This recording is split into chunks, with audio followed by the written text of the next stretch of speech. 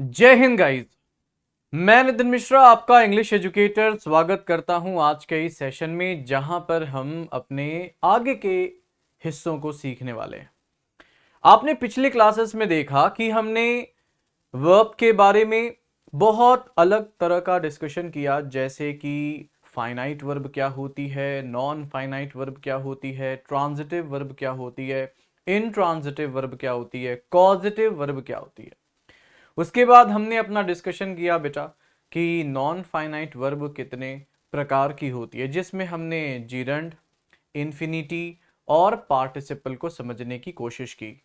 साथ ही मैंने आपको कुछ ऐसा पैटर्न कल के क्लासेस में सिखाने का प्रयास किया, क्योंकि ये जो सेंटेंसेस हैं या आप कह सकते हो ये जो स्ट्रक्चर है सेंटेंस का, इसमें इस पैटर्न का बहुत ही बड़ा रोल होता है और ये बहुत ही इसेंशियल मैं कहूंगा रोल प्ले करते हैं। सो गाइज, ये दो पैटर्न हमने कल के क्लास में सीखे थे। अगर आपको थोड़ा भी याद हो, if you can relate this with the previous discussion that we had, so हमने पैटर्न वन आपको बताया था कि पैटर्न वन एक ऐसा वर्ब का पैटर्न है। ये पैटर्न किसका है? वर्ब का है। वर्ब के इस पैटर्न में केवल सब्जेक्ट और केवल वर्ब होती है। अगर आपको एग्जाम्पल रिलेट करने में डाउट हो रहा है, अगर आपको लगता है सर क्या मैं इसको किसी एग्जाम्पल से रिलेट करूं तो शायद मेरे लिए आसान हो जाएगा, तो देखो मैं लिख देता हूं ही गोज। यानी केवल आपने सब्जेक्ट और वर्ब का इस्तेमाल किया है, और ये जो वर्ब है ये अपने नेचर में याद रखना इंट्रांजिटिव होगी, और आप इसे दूसरी भाषा में अकर्मक भी कह सकते हैं, क्योंकि इस वर्ब को ऑब्जेक्ट की जरूरत नहीं है। तो वर्ब का अगर हम सेंटेंस में इस्तेमाल करते हैं तो इस पैटर्न में आपको भी ये लग रहा होगा सर आप किस पैटर्न की बात कर रहे हैं, which pattern sir? So let me tell you guys what actually we are learning here is the pattern in which we use a verb in a sentence. Actually we are talking about possibility, कि आखिर कितनी ऐसी possibilities हैं जहां हम verb को अलग अलग तरीकों से अलग अलग स्ट्रक्चर में यूज कर लेते हैं। अगर हमको इन पैटर्न्स के बारे में अच्छी समझ हो जाए, आई अश्योर यू गाइज, आपके लिए error identification, sentence improvement, even I guess parajumble or understanding the meaning of the sentence will become so easier and so I guess comprehensible. So guys, pattern one मैंने आपको कल ही बता दिया था, pattern to भी बताया था। अब पैटर्न टू में क्या था? सब्जेक्ट, वर्ब और सब्जेक्ट का कंप्लीमेंट। सब्जेक्ट कंप्लीमेंट क्या होता है? सब्जेक्ट कंप्लीमेंट एक ऐसी फ्रेज या वर्ड है जो सब्जेक्ट के बारे में और जानकारी देती है। ऐसे सेंटेंस फॉर्म में कंप्लीमेंट या तो नाउन होगा, या तो प्रोनाउन होगा, या फिर एडजेक्टिव होगा। अगर हम पैटर्न टू के हिसाब से वर्ब को यूज करें, हम पहले सब्जेक्ट लिखेंगे, फिर हम वर्ब लिखेंगे, फिर हम सब्जेक्ट का कंप्लीमेंट लिखेंगे, और ये सब्जेक्ट कंप्लीमेंट या तो नाउन होगा, या तो प्रोनाउन होगा, या तो एडजेक्टिव होगा। और गाइस याद रखो, आप पैटर्न वन यानी सब्जेक्ट प्लस वर्ब को भी पैसिव वॉइस में इस्तेमाल नहीं कर सकते। आप पैटर्न टू जिसमें ऑब्जेक्ट नहीं है, सब्जेक्ट वर्ब और सब्जेक्ट कंप्लीमेंट है, इसको भी पैसिव वॉइस में इस्तेमाल नहीं कर सकते। और गाइज यहां पर आपको मैंने कुछ एग्जाम्पल समझाने का प्रयास किया। आई एक्सपेक्ट एंड होप कि आप सभी को ये एग्जाम्पल समझ आ रहे होंगे।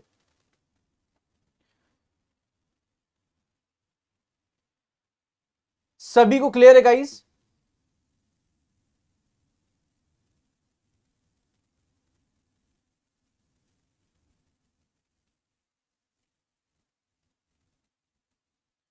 Okay, thank you. तो गाइज यहां पर आप देख सकते हो कि we are talking about subject, verb and subject complement, है ना? Subject, verb and subject complement. तो गाइस यहां पर एग्जाम्पल आप देख सकते हो, है ना। चलो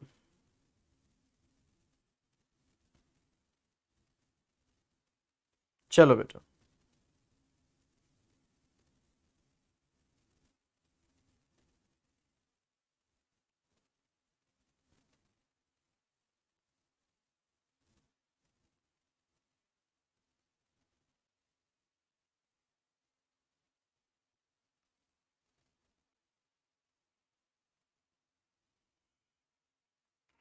चलो।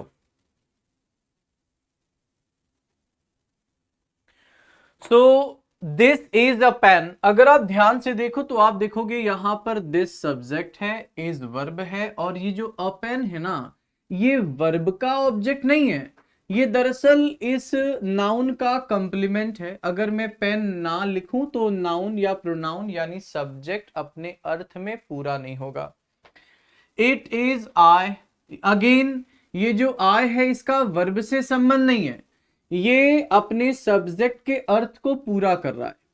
ही लुक्स हैप्पी, हैप्पी का लुक्स से कोई संबंध नहीं है, हैप्पी का लुक्स से कोई संबंध नहीं है, ये तो ही को पूरा कर रहा है कि आप हैप्पी किसे समझ रहे हैं, उस व्यक्ति को। My father got angry, again angry का गॉट से लेना देना नहीं है, ये तो सब्जेक्ट का कंप्लीमेंट है। मुझे उम्मीद है आप सभी को क्लियरली समझ आया होगा। आज के सेशन से हम पैटर्न 3 को समझने का प्रयास कर रहे हैं। क्या है पैटर्न 3? सो गाइज मैं आपको बता दूं, पैटर्न 3 में सब्जेक्ट, वर्ब और डायरेक्ट ऑब्जेक्ट इस्तेमाल में आते हैं। मैं फिर से कह दूं, पैटर्न 3 में सब्जेक्ट, वर्ब और डायरेक्ट ऑब्जेक्ट इस्तेमाल में आते हैं। डायरेक्ट ऑब्जेक्ट बेसिकली आप कह सकते हो वर्ब का अपना खुद का सगा ऑब्जेक्ट, यानी एक्शन जिस पे किया जाता है हम उसे डायरेक्ट ऑब्जेक्ट कहते हैं। यस और नो? एक्शन जिस पे किया जाता है हम उसे डायरेक्ट ऑब्जेक्ट बोलते हैं। फॉर एग्जाम्पल, मैं उदाहरण के लिए आपको बताने का प्रयास कर रहा हूं, ध्यान से देखो। अगर गाइज मैं यहां पर आपसे कहता हूं कि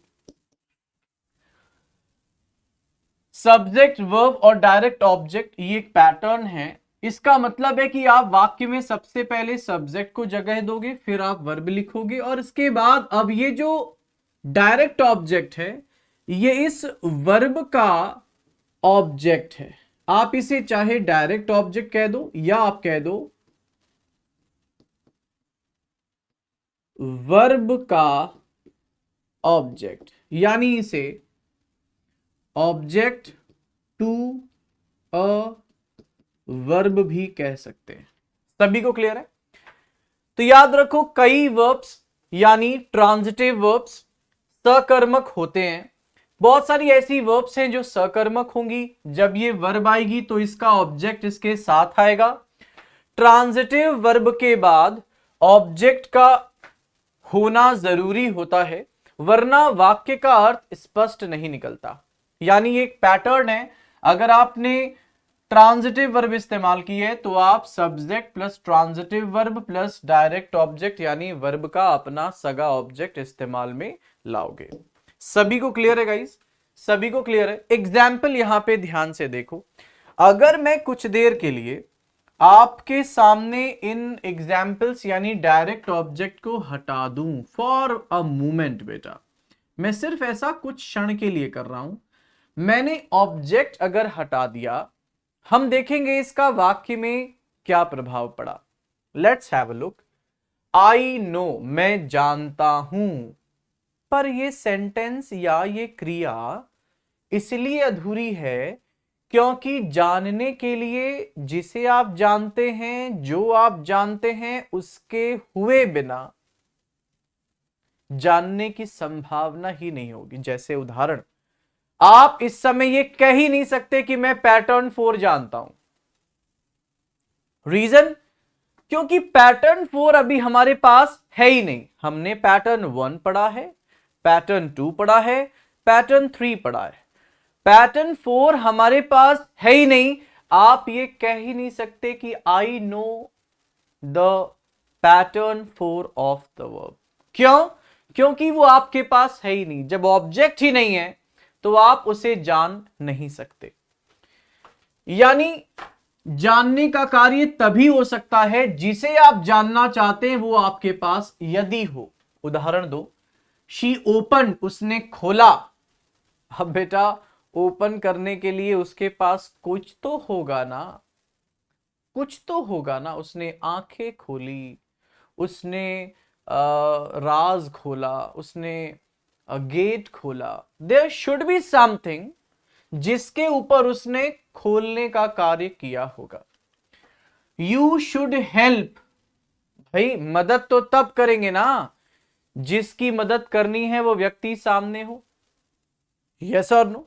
यानी आप कह सकते हो ये वर्ब कंप्लीट ही नहीं हो सकते। कंप्लीट नहीं हो सकते का मतलब, चूंकि they are all action verbs, ये एक्शन ही संभव नहीं है जब तक आपके पास ऑब्जेक्ट ना हो। यानी ऐसा कोई भी वर्ब, ऐसा कोई भी वर्ब जो उस समय एग्जिस्टेंस में ना आ सके जब तक उसके पास कोई, आप कह सकते हो ऑब्जेक्ट ना हो, तो हम उसे ट्रांजिटिव वर्ब कहते हैं। और पैटर्न होगा सब्जेक्ट, ट्रांजिटिव वर्ब और डायरेक्ट ऑब्जेक्ट। आप चाहें तो नोट भी कर सकते हैं। सभी को क्लियर है? अब आता है पैटर्न 4। अब आप कह सकते हो yes now I know pattern 4, क्योंकि अभी आपके पास ऑब्जेक्ट है। So you can learn it, memorise it, remember it, know it. जब तक आपके पास ये ऑब्जेक्ट नहीं है आप इसके ऊपर कोई काम नहीं कर सकते।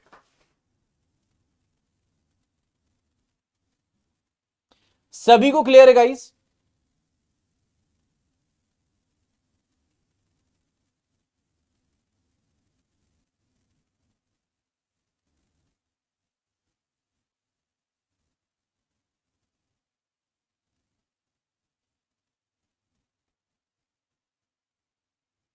सभी को क्लियर है गाइस? ओके, तो मुझे उम्मीद है आप सभी पैटर्न्स को समझ चुके होंगे। एंड नाउ बहुत सारे ऐसे स्टूडेंट्स हैं जो इस बारे में परेशान हैं कि सर आप हमेशा कहते हो नोट्स बनाओ, नोट्स बनाओ, कैसे बनाएं, है ना? तो देखो बेटा, कैसे बनाएं का उत्तर बहुत सिंपल है। आप शायद इन पिछले 3 सालों में जब से कोरोना महामारी आई है और हमारा एजुकेशन सिस्टम ऑफलाइन यानी क्लासरूम प्रोग्राम से ऑनलाइन यानी मोबाइल, टैबलेट और डिस्टेंस लर्निंग में कन्वर्ट हुआ है, शायद विद्यार्थी ने अपने पढ़ने के तरीके में बदलाव नहीं किए और पीडीएफ्स और नोट्स डाउनलोड हो जाने के कारण बच्चों का जो राइटिंग एबिलिटी है वो बहुत बुरी तरीके से प्रभावित हुआ है। और ऐसा हमें सीएपीएफ के परीक्षा परिणामों में भी देखने को मिलता है। हर बार सीएपीएफ के डिस्क्रिप्टिव राइटिंग में बहुत अच्छे बच्चों का सिलेक्शन हुआ करता था। 2 सालों से ये सिलेक्शन का रेशियो बहुत कम हुआ है। नोट्स कैसे बनानी है, ये एक बहुत इंपॉर्टेंट क्वेश्चन है। तो बेटा मुझे लगता है कि आप जो हिस्सा मेरे स्क्रीन पर देख रहे हैं आप उसे देख करके लिख सकते हो। रही बात आज के क्लास के पहले के हिस्सों का क्या करें, तो आप सभी को मैंने लिंक के रूप में अपने प्रीवियस क्लास नोट्स का पीडीएफ दिया है। अगर आप में से कोई परेशान है कि सर मैं लेट ज्वाइन किया हूं, मैंने आज से ज्वाइन किया, मैंने आज ये वीडियो देखा, मैंने कल से ये वीडियो देखना शुरू किया, तो घबराओ मत बेटा। आप याद रखो कि तुम्हारी सभी समस्याओं का हल इस बंदे के पास है। तो आप सीधे मुझसे संपर्क करो कि सर मुझे पीडीएफ नहीं दिखी, नहीं रिसीव हुई, मुझे पीडीएफ कहाँ मिलेगी बताएं। I will be directing you, I will be guiding you. आप जहां डॉक्टर बैठा है ना उसके पास आओ। अगर आप पेशेंट से पूछोगे you will I mean gain nothing, आपको शायद कुछ ना मिले, है ना? आप परेशान ना हो। फिलहाल मुझे ऐसा लगता है कि जिस तरीके से मैं आपको स्क्रीन पे रखता हूं कंटेंट, मैंने मेहनत की है, मेहनत से पढ़ाता हूं, आपके लिए नोट करना भी आसान होता होगा, तो आप इसे प्रॉपर नोट कर सकते हो। एंड इसीलिए मैं मध्यम रास्ता अपनाता हूं, ना तेज ना बहुत धीमे। हालांकि मैं कमेंट्स लेने से बचता हूं क्योंकि वो आई गेस समय को बहुत अननेसेसरी इस्तेमाल होता है, पर मैं इंपॉर्टेंट कमेंट्स देखता हूं एंड आई गेस आपके लिए नोट करना इजी होगा। आप इस नोट में देखी जाने वाली बात और जो मैंने आपको समझाया दोनों को क्लब करके लिख लो बेटा। सो पैटर्न 4 आप समझ गए। पैटर्न 4 कहता है कि सब्जेक्ट होगी, फिर वर्ब होगी। अब देखो यहां पर आपको दो ऑब्जेक्ट दिख रहे हैं, डायरेक्ट और इनडायरेक्ट। तो अगर आपके सेंटेंस में दो ऑब्जेक्ट हैं, डायरेक्ट और इनडायरेक्ट, तो आप सबसे पहले सब्जेक्ट लिखोगे, उसके बाद वर्ब लिखोगे, उसके बाद इनडायरेक्ट ऑब्जेक्ट लिखोगे और अंत में डायरेक्ट ऑब्जेक्ट लिखोगे। आप इस पैटर्न को फॉलो करोगे, या यूं कह लो कि वर्ब जब इस्तेमाल की जाती है तो ये अब तक के 4 पैटर्न हैं। अगर आपको रिवाइज करना हो तो मैं आपको रिवाइज भी करा देता हूं कि सबसे पहले सब्जेक्ट होगा, फिर वर्ब होगा, फिर इनडायरेक्ट ऑब्जेक्ट होगा और अंत में डायरेक्ट ऑब्जेक्ट होगा। जब वाक्य में दो ऑब्जेक्ट हों, इनडायरेक्ट ऑब्जेक्ट जो सामान्यतः सजीव होते हैं का उल्लेख पहले किया जाता है और उसके बाद डायरेक्ट ऑब्जेक्ट जो सामान्यतः निर्जीव होते हैं। सभी को क्लियर हुआ? अगर आपको इसका उदाहरण देखना है तो मैं आपको इसका उदाहरण भी बता देता हूं, ध्यान से देखो। यहां पर आप दो ऑब्जेक्ट देख पा रहे होगे। वर्ब पहले देखो, गेव, आप किसी चीज को देने का काम कर रहे हैं।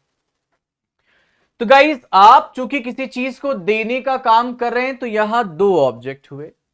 सबसे पहला, जिस वस्तु को अपने हाथों से आपने उठाया और किसी को दिया, यानी देने का वास्तविक एक्शन जिस वस्तु के ऊपर हुआ वो डायरेक्ट ऑब्जेक्ट। लेकिन अगर कोई ऐसा है जिसने वो वस्तु पाई है, रिसीव किया है, तो आप उसे इनडायरेक्ट ऑब्जेक्ट कहते हैं। तो वर्ब हो गई गेव, वर्ब ये एक्शन देने का किया गया बुक पर, चूंकि ये बुक इस कार्य की प्रत्यक्ष रिसीवर है तो आप कह सकते हो कि ये हो गया डायरेक्ट ऑब्जेक्ट। और एक व्यक्ति, एक इंसान जो कि इस किताब को रिसीव किया, ये भी ऑब्जेक्ट है पर ये इनडायरेक्ट ऑब्जेक्ट। और जब आपके पास दो ऑब्जेक्ट हो, एक व्यक्ति के रूप में ऑब्जेक्ट, एक वस्तु के रूप में ऑब्जेक्ट, तो आप सदैव याद रखिएगा इनडायरेक्ट ऑब्जेक्ट पहले आता है, डायरेक्ट ऑब्जेक्ट उसके बाद आता है। जैसे आई बॉट, मैंने खरीदी। क्या खरीदी? खरीदने का कार्य किया, पर्स पे पैसे दिए खरीदने के लिए, क्या पर्स। परंतु ये पर्स किसके लिए खरीदा? उस लड़की के लिए खरीदा, है ना भाई, उस लड़की के लिए खरीदा। बॉयज खरीदेंगे ही उस लड़की के लिए जिसने रक्षाबंधन पे आपके हाथों में राखी बांधी थी। तो guys I bought direct object purse है तो बाद में लिखेंगे, इनडायरेक्ट ऑब्जेक्ट मेरी सिस्टर है तो हर लिखेंगे। I bought her a purse. सभी को क्लियर है? इसी तरीके से ही शोड, उसने दिखाई। क्या दिखाई? नोट्स दिखाई। इनडायरेक्ट ऑब्जेक्ट पहले आएगा और डायरेक्ट ऑब्जेक्ट नोट्स बाद में आएगा। तो ये है पैटर्न 4। उम्मीद है आपको ये चारों पैटर्न समझ आए होंगे बेटा।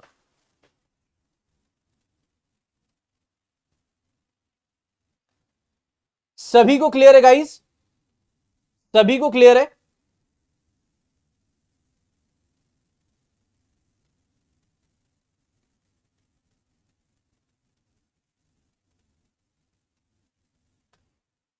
जिसे भी समझ ना आया हो बिल्कुल बेटा बेझिझक पूछ ले। क्लास खत्म हो जाने के बाद आप इंडिविजुअली पूछ सकते हो, आप व्हाट्सएप पे पूछ लो बेटा, आप इंस्टाग्राम पे पूछ लो, मैं सभी के उत्तर देता हूं। आप प्रश्न भेजो और आपको उत्तर ना मिले तो मैं दोषी बेटा। सभी को क्लियर गाइस? अब आते हैं पैटर्न 5 पर। देखो धीरे धीरे जैसे जैसे आगे बढ़ेंगे हमारा सेंटेंस का स्ट्रक्चर डिफिकल्ट होता जाएगा। आज की क्लास में हम अपने पैटर्न्स पर फोकस कर रहे हैं। और गाइस मैं आपको बता दूं कि अपने इस सेशन में हम इस वीक यानी आप कह सकते हो इस सप्ताह जो भी हमको शनिवार या रविवार का दिन मिलेगा, मैं एक और एक्स्ट्रा क्लास शेड्यूल कराऊंगा जिसमें हम अपने वर्ब के प्रैक्टिस क्वेश्चंस करेंगे। आप बिल्कुल मत घबराना, मैं नहीं चाहता कि कहीं भी हड़बड़ी हो। एंड एक दिन आप सभी जानते हैं अर्जेंट आई गेस कोई यूट्यूब इवेंट स्केड्यूल हो गया था एंड बिकॉज ऑफ दिस मैंने क्लास थोड़ी सी कम रखी थी एंड दैट इज हाउ शायद हम थोड़ा सा गति में पीछे हैं, but extra class will cover everything, तो आप बिल्कुल परेशान ना होना। इस सप्ताह शनिवार या रविवार मैं आपको बता दूंगा एक प्रैक्टिस सेशन वर्ब का हम करने वाले। सो पैटर्न 5 कहता है कि पहले आपके पास सब्जेक्ट होगा, उसके बाद वर्ब होगा। अगर आपने मान लो डायरेक्ट ऑब्जेक्ट रखा है तो सबसे पहले डायरेक्ट ऑब्जेक्ट होगा, उसके बाद प्रेपोजिशन आ सकती है, और अगर प्रेपोजिशन आई है तो प्रेपोजिशन आपने पढ़ी है, प्रेपोजिशन हमेशा अपने ऑब्जेक्ट यानी प्रेपोजिशनल ऑब्जेक्ट के पहले आती है। सभी जानते हैं कि प्रेपोजिशन के बाद एक नाउन या प्रोनाउन आता है जिसे प्रेपोजिशन का ऑब्जेक्ट कहा जाता है, और प्रेपोजिशन अपने ऑब्जेक्ट यानी प्रेपोजिशनल ऑब्जेक्ट के साथ एक फ्रेज बनाती है और वाक्य के दूसरे शब्दों को may be noun, may be adjective, may be adverb, may be verb को मॉडिफाई करने का काम करती है। यानी दूसरे शब्दों में कहा जाए तो प्रेपोजिशन प्लस प्रेपोजिशनल ऑब्जेक्ट इस वाक्य में दरअसल मॉडिफायर का भी काम करेगा। इसे हम प्रेपोजिशनल फ्रेज कह सकते हैं। सभी को क्लियर है? ये मैंने एडिशनल जानकारी आपको दी। अगर पैटर्न 4 को हम चेंज करना चाहते है ना, तो गाइज डायरेक्ट ऑब्जेक्ट को पहले लिखना चाहते, इनडायरेक्ट ऑब्जेक्ट को हम बाद में लिखना चाहते, तो हमको प्रेपोजिशन का प्रयोग करना पड़ेगा। अगर आपको मेरी बात थोड़ी सी समझ नहीं आई, ये शायद आपको मिक्स हुआ होगा, तो मैं आपको लिए चलता हूं यहां पर। बेटा मान लो आपके पास इस तरह का स्टेटमेंट है और आप कहते हो सर क्या ऐसा पॉसिबल है कि मैं वर्ब के बाद डायरेक्ट ऑब्जेक्ट को लिखूं? गेव एक ट्रांजिटिव वर्ब है। वर्ब अगर ट्रांजिटिव है तो हमारा पैटर्न नंबर 3 हमें बहुत क्लियर इंडिकेशन देता है कि वर्ब के बाद सीधे डायरेक्ट ऑब्जेक्ट आना चाहिए, लेकिन आपने इस पैटर्न में वर्ब के बाद इनडायरेक्ट ऑब्जेक्ट फिर डायरेक्ट ऑब्जेक्ट लिखा। तो क्या ऐसी पॉसिबिलिटी है कि वर्ब के बाद डायरेक्ट ऑब्जेक्ट भी आ सकता है? तो गाइस जवाब है यस। अगर मान लो आप वर्ब के बाद डायरेक्ट ऑब्जेक्ट लिखना चाहते हो, तब ऐसे सिचुएशन में आप अपने इनडायरेक्ट ऑब्जेक्ट को प्रेपोजिशन के बाद लिखोगे, यानी प्रेपोजिशनल ऑब्जेक्ट को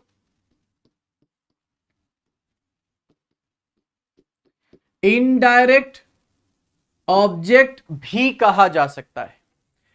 दरअसल ये इनडायरेक्ट ऑब्जेक्ट इसलिए है क्योंकि ये वर्ब का नहीं, ये तो प्रेपोजिशन का ऑब्जेक्ट है। अगर गाइज आपको ये बात यहां पर इस प्रकार समझ आ गई हो तो आप ये कह सकते हो कि ओके सर मैं आपका पॉइंट समझ गया। या तो मैं इसको इस पैटर्न में लिख सकता हूं I gave her my book, या फिर मैं करूंगा सबसे पहले सब्जेक्ट लिखूंगा, फिर मैं वर्ब लिखूंगा, फिर मैं डायरेक्ट ऑब्जेक्ट लिखूंगा, फिर मैं प्रेपोजिशन लिखूंगा और फिर मैं प्रेपोजिशन का ऑब्जेक्ट लिखूंगा। इसी को हम इनडायरेक्ट ऑब्जेक्ट कहते हैं। सभी को क्लियर? एग्जाम्पल यही वाला कन्वर्ट करता हूं। I gave her my book, एक रूप में ऐसे लिखा जा सकता है, दूसरे रूप में लिखा जा सकता है आई गेव माई बुक। अब आएगी प्रेपोजिशन टू हर, यानी आप कह सकते हो इस सेंटेंस को दो तरह लिखा जा सकता है। गाइस आप मुझे इस सेंटेंस को दो तरह से लिख के बताओ। एक तरीका तो यही हो गया, I bought her a purse. इसके अलावा एक और हम इस्तेमाल कर सकते हैं, आई बॉट अ पर्स फॉर हर। सभी को क्लियर है? अब यहां पे फॉर लग जाएगा। She showed me his notes, she showed his notes to me, and that is how आप इसी पैटर्न के साथ दो अलग अलग तरीकों से इस्तेमाल कर सकते हो। मुझे ऐसा उम्मीद है कि मैंने आपको चीजें क्लियर की और आपको ये फोर्थ पैटर्न और फिफ्थ पैटर्न समझ आ गया होगा। गाइस फिफ्थ पैटर्न के एग्जांपल्स भी आप देख लो, सेम है। I gave my book to her, I bought a purse for her, he showed his notes to me and my sisters. आशा है आपको क्लियर हुआ होगा। गाइज आपको आज इस क्लास में शायद कुछ ना कुछ तो सीखने को मिला होगा। याद रखना कोई वर्ब का प्रयोग पैटर्न 4 एवं 5 दोनों में किया जा सकता है। अगर आपके पास ट्रांजिटिव वर्ब है, if you have transitive verb, then you can use your transitive verb in both the patterns, pattern 4 and pattern 5। ये दोनों ही पैटर्न आपके लिए करेक्ट हैं, बेहतर हैं।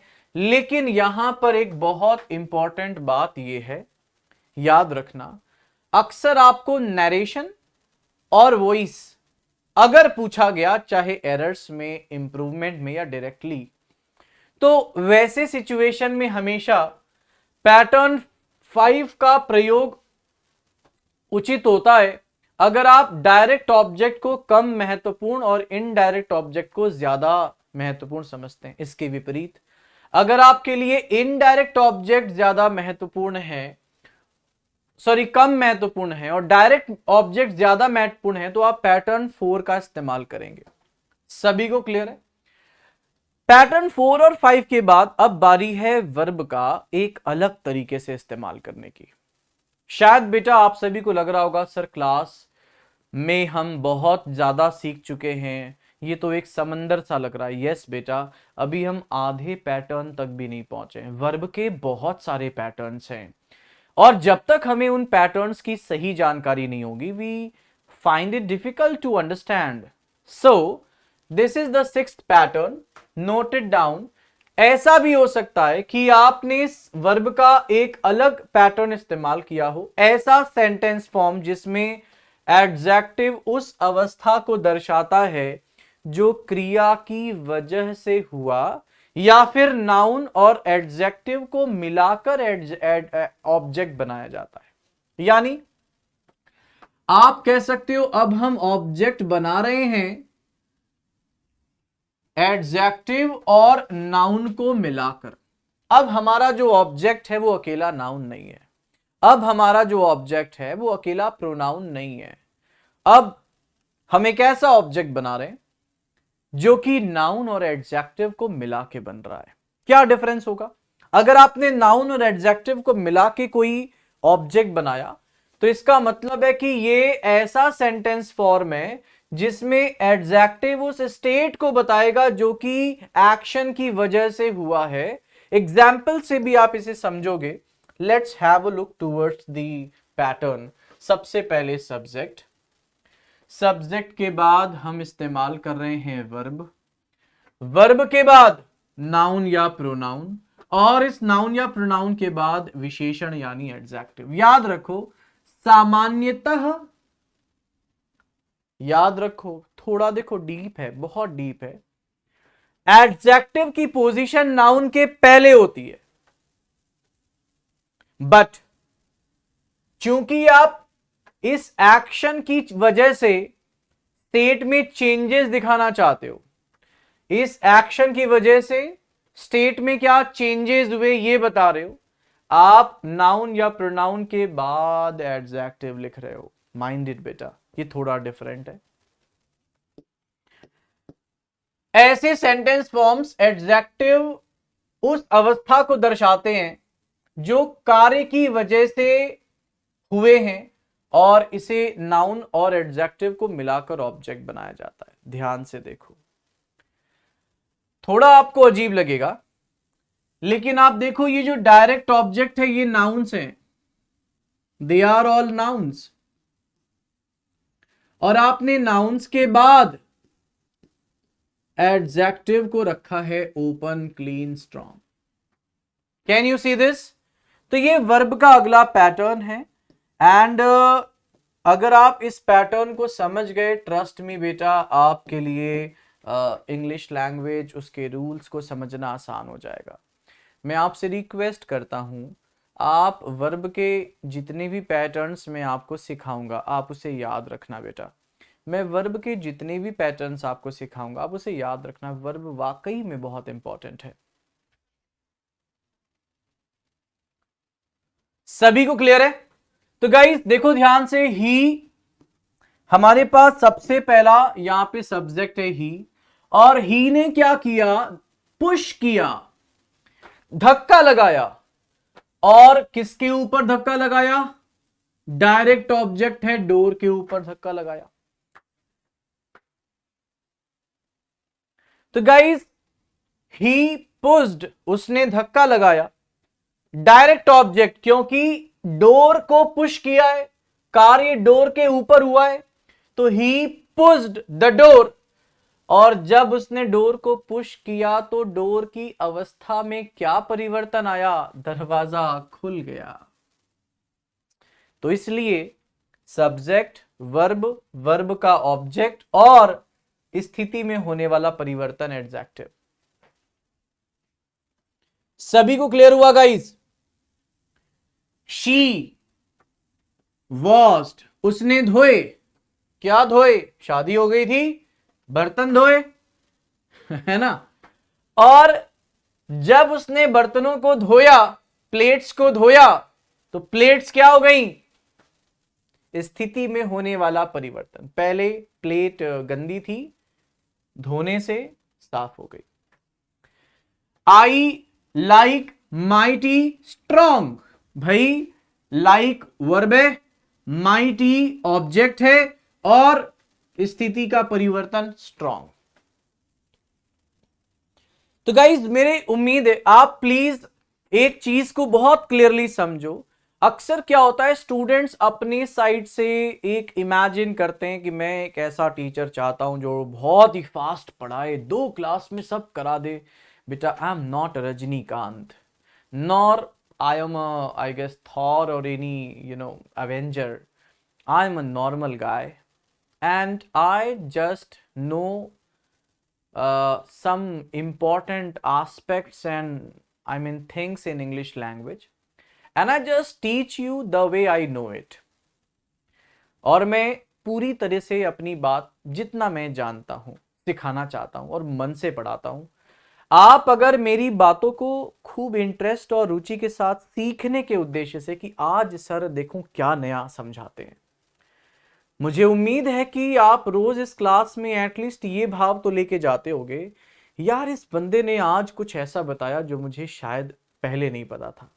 अगर मैं इस व्यक्ति से नहीं जुड़ता, अगर मैं इससे नहीं पढ़ता तो ये बात मुझे पता नहीं होती। अगर आप इस भाव से इस लेक्चर को देखते हो, आप इस क्लास को अटेंड करते हो, तो बेटा विश्वास मानो आप में ग्रोथ होगा। लेकिन अगर आपकी खुद की कुछ इच्छाएं हैं कि यार फास्ट फास्ट पढ़ाओ सर, नोट्स का पीडीएफ मुझे दे दो, मुझे लिखना विखना नहीं है, तो गाइज इस तरह से सेलेक्टिव होके पढ़ाई नहीं होती। पढ़ाई करने का एक ही रूल है, पढ़ाई करने के अलावा जब कोई और रास्ता ना हो तो आप अपने ऑप्शंस हटाएं, शुद्ध मन से सीखने का प्रयास करें। अगर आप सीखने की ओर आगे बढ़ोगे, आपको मुझसे बेहतर साथी नहीं मिलेगा बेटा। उम्मीद है आपको ये पैटर्न क्लियर हुआ होगा। And after this pattern I will be definitely moving towards that ऐसे पैटर्न में प्रयुक्त होने वाले वर्ब्स आमतौर पे कुछ फिक्स वर्ब्स होती हैं, यानी ऐसा नहीं है कि ये आप कहीं पर भी बना लोगे। दरअसल ये वर्ब्स आमतौर पे फिक्स होंगी, जैसे गेट, जैसे keep, beat, drive, make, paint, leave, turn, wish, like, find, इन सभी वर्ब्स के साथ आप ऐसे पैटर्न्स ज्यादातर बनाते हैं। सभी को क्लियर है गाइस? सभी को क्लियर है? सभी को क्लियर है? ये सारे वो वर्ब्स हैं जो कि इन पैटर्न्स पे बेस्ड सेंटेंस स्ट्रक्चर बना सकते हैं। एंड गाइज आप प्लीज इन वर्ब्स को नोट डाउन कर लें। It will be very awesome if you will try to make sentences like this pattern using these very verbs, including the previous one like pushed, washed and like. आप इनका भी इस्तेमाल कर सकते हैं और ऐसे verbs की लिस्ट आपको मैंने यहां पर दी है। Now let's move on to the next pattern that a verb follows.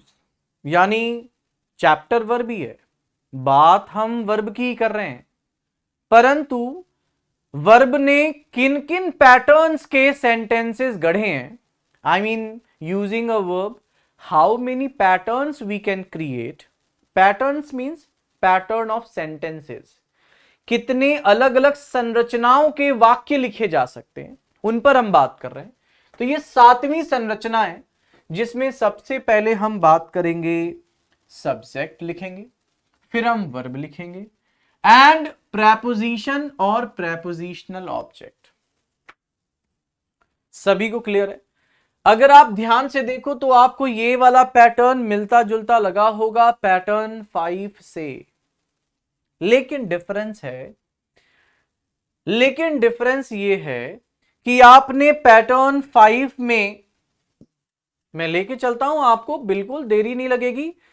हम पैटर्न 5 में वर्ब के बाद डायरेक्ट ऑब्जेक्ट भी रख रहे थे और प्रेपोजिशन का ऑब्जेक्ट भी रख रहे थे, दो ऑब्जेक्ट रख रहे थे। कहां? पैटर्न 5 में। बट अगर हम पैटर्न 7 की बात कर रहे हैं तो गाइस पैटर्न 7 में एक ही आपके पास ऑब्जेक्ट है, वो भी प्रेपोजिशन का ऑब्जेक्ट है, कोई डायरेक्ट ऑब्जेक्ट नहीं है।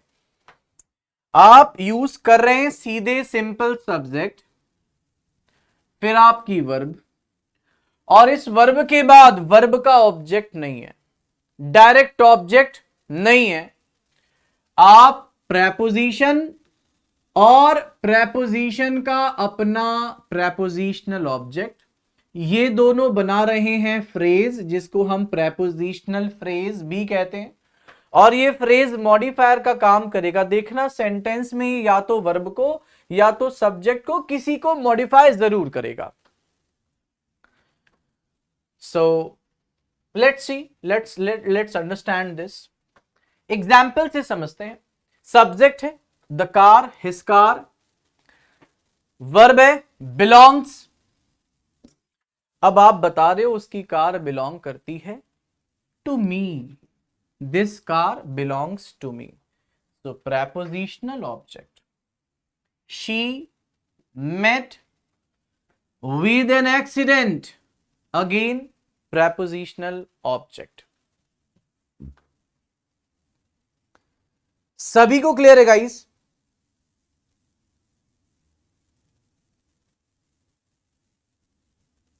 सभी को क्लियर है guys? He succeeded in his attempt. Again देखो सक्सीड के बाद प्रेपोजिशनल ऑब्जेक्ट आया है। और इसी चीज को अगर आप दूसरे तरीके से देखें, आपको मैंने प्रेपोजिशन पढ़ाई है, आपने देखा होगा कई बार प्रेपोजिशन और वर्ब का पेयर इस्तेमाल किया जाता है, जिसे आप फिक्स प्रीपोजिशन कहते हो। अगर आप मेरे टेलीग्राम चैनल पे जुड़े हो तो मैंने आपको प्रेपोजिशन के फिक्स पेयर्स, वर्ब के साथ प्रेपोजिशन, एडजेक्टिव के साथ प्रेपोजिशन, एडवर्ब के साथ प्रेपोजिशन और नाउन के साथ प्रेपोजिशन के लिस्ट पीडीएफ के रूप में Nitin Mishra official Telegram channel पर दी हैं। आप उसे जरूर पढ़ लेना and it will definitely help you बेटा। और ये वही है, बिलोंग्स के साथ फिक्स रूप में टू आता है, मेट के साथ विद आता है, सक्सीड के साथ इन आता है। ये एक्चुअली में फिक्स प्रीपोजिशन का ही पार्ट है और आप इसे वहां एक मैंने चार्ट का आपको आई गेस पीडीएफ दिया होगा टेलीग्राम पर, आप उसे जरूर देख लेना। फिलहाल यहां पर आपने subject plus verb plus prepositional object आपने साथ में रखा। And let's move on to pattern 8। अब ये अगला पैटर्न है बेटा। पैटर्न 8 बेसिकली एक बहुत ही क्लियर आप कह सकते हो पैटर्न है, जिसमें दो वर्ब्स आती है, एक फाइनाइट वर्ब और एक नॉन फाइनाइट वर्ब। अभी आपने पिछली कल की क्लास में शायद ऐसे वाक्य देखे हों। मैंने बीते कल ही आपको ऐसे वाक्य एग्जाम्पल के रूप में दिए थे। मैं दोबारा बताता हूं। आप ये जो वर्ब देख रहे हो ना, दरअसल ये फाइनाइट वर्ब है, और यहां इंफिनिटी का प्रयोग आपने किया है, ये नॉन फाइनाइट वर्ब है। आप इसे बहुत क्लियर तरीके से समझ सकते हैं। मैंने आपको कहा था कि इंफिनिटिव एक ऐसी वर्ब है जो कभी वर्ब का काम करती है या फिर कभी नाउन का काम करती है, और यानी ये सेंटेंस में सब्जेक्ट हो सकती है, ये सेंटेंस में ऑब्जेक्ट हो सकती है। यहां इंफिनिटी नाउन का काम करते हुए ऑब्जेक्ट के स्थान पर आई है। सब्जेक्ट वर्ब प्लस इंफिनिटी एक पैटर्न है, याद रखना। सब्जेक्ट वर्ब प्लस इंफिनिटिव, और ये एक ऑब्जेक्ट टू द वर्ब, इस वर्ब के ऑब्जेक्ट के रूप में आई है। अगर आप यहां पर थोड़ा हड़बड़ी किए बिना ठहर कर सीखना चाहते हो तो मैं आपको कई सारी व्याख्याएं दूंगा, बस आप मुझे ध्यान से सुने। सबसे पहली व्याख्या, आपने इस सेंटेंस की संरचना में दो अलग अलग क्रियाओं का प्रयोग किया, finite verb, non finite verb. दूसरी व्याख्या, इस वाक्य में एक वर्ब दूसरी वर्ब के लिए ऑब्जेक्ट का काम कर रही है। यहां पे इंफिनिटिव इस मेन वर्ब के लिए ऑब्जेक्ट है, यानी आपने एक वर्ब को ही दूसरे वर्ब का ऑब्जेक्ट बना दिया।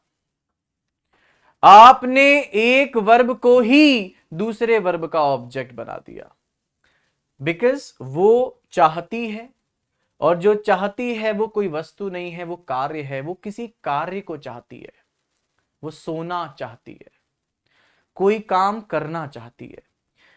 Main verb finite verb wants है, क्योंकि इसने सब्जेक्ट शी के साथ अपना अग्रीमेंट बनाया। अगर यहां पे दे कर दोगे तो वांट करना पड़ेगा।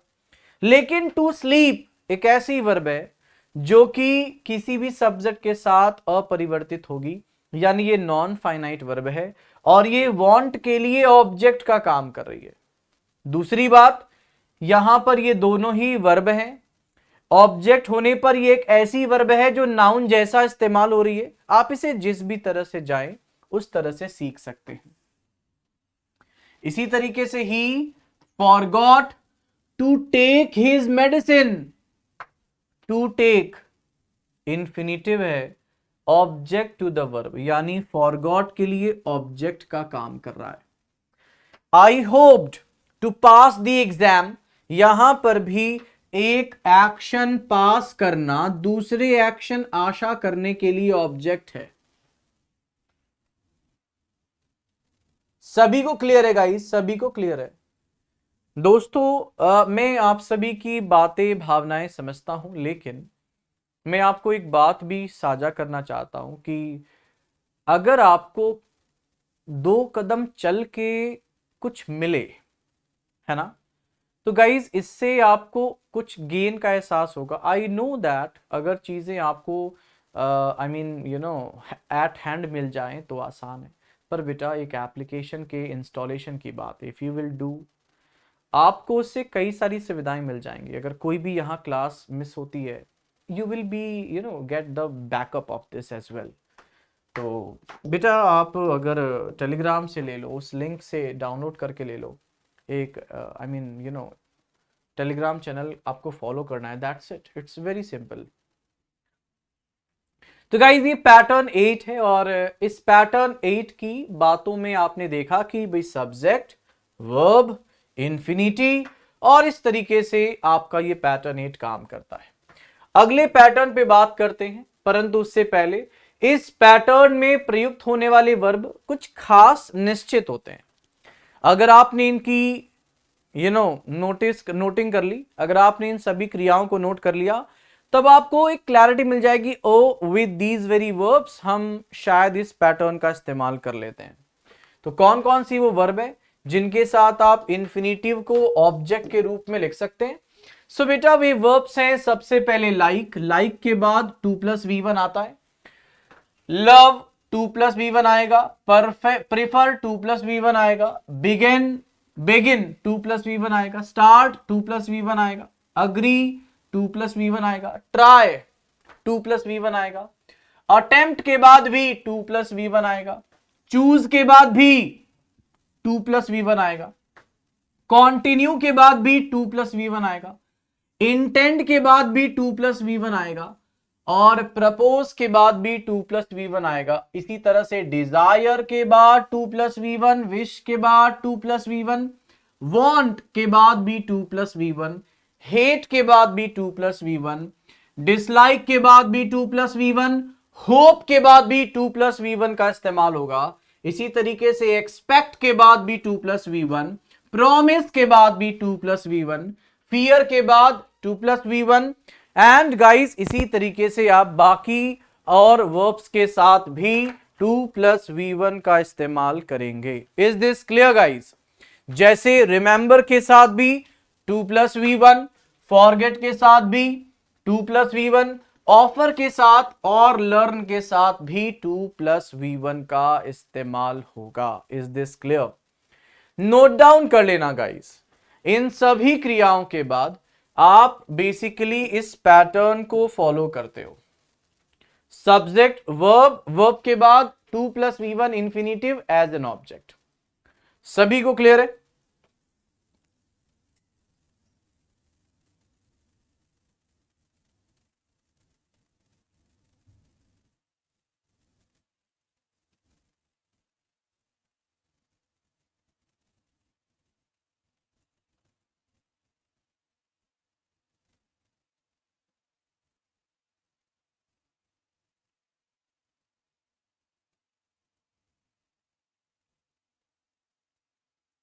चलो गाइस,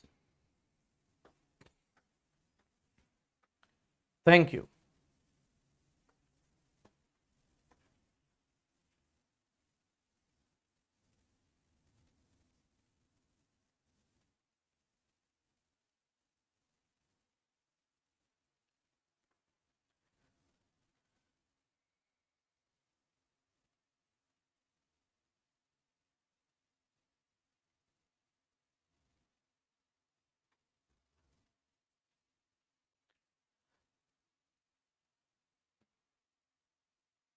ओके,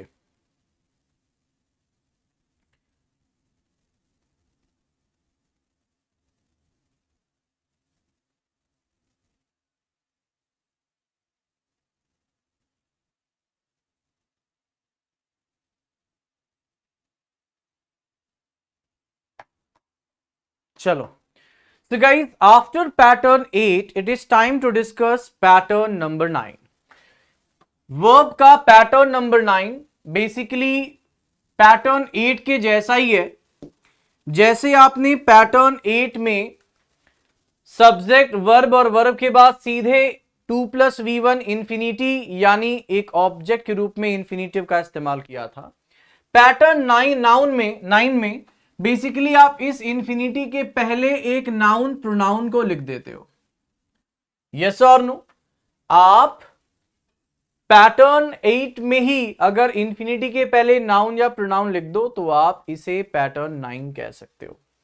मैं इसे आपको अच्छे से समझाने का ट्राई करता हूं, ध्यान से देखो गाइज। सबसे पहले आपने लिखा सब्जेक्ट आई, वर्ब है वांट, नाउन या प्रोनाउन यहां पे यू है, और इंफिनिटी का इस्तेमाल आपने कर दिया, that is to help him. तो गाइज सब्जेक्ट वर्ब नाउन या प्रोनाउन प्लस इंफिनिटी का आपने इस्तेमाल किया है। इसी तरीके से द डोर, द डॉक्टर है बेटा, द डॉक्टर है, क्षमा करना।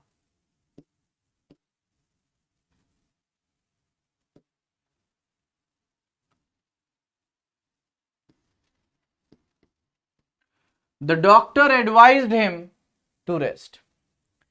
सभी को क्लियर है? इसी तरीके से I allowed Rohit to go, आपने सब्जेक्ट, वर्ब, नाउन या प्रोनाउन और इन्फिनिटी का इस्तेमाल किया।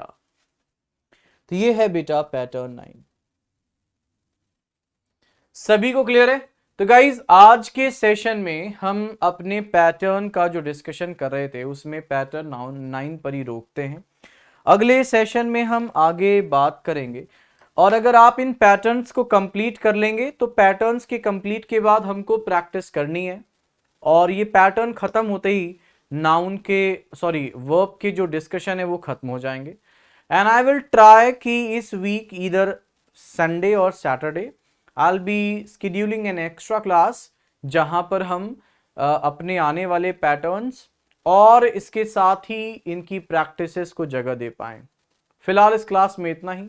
आप मुझे कमेंट बॉक्स में प्लीज बताएं आपको आज का सेशन कैसा लगा।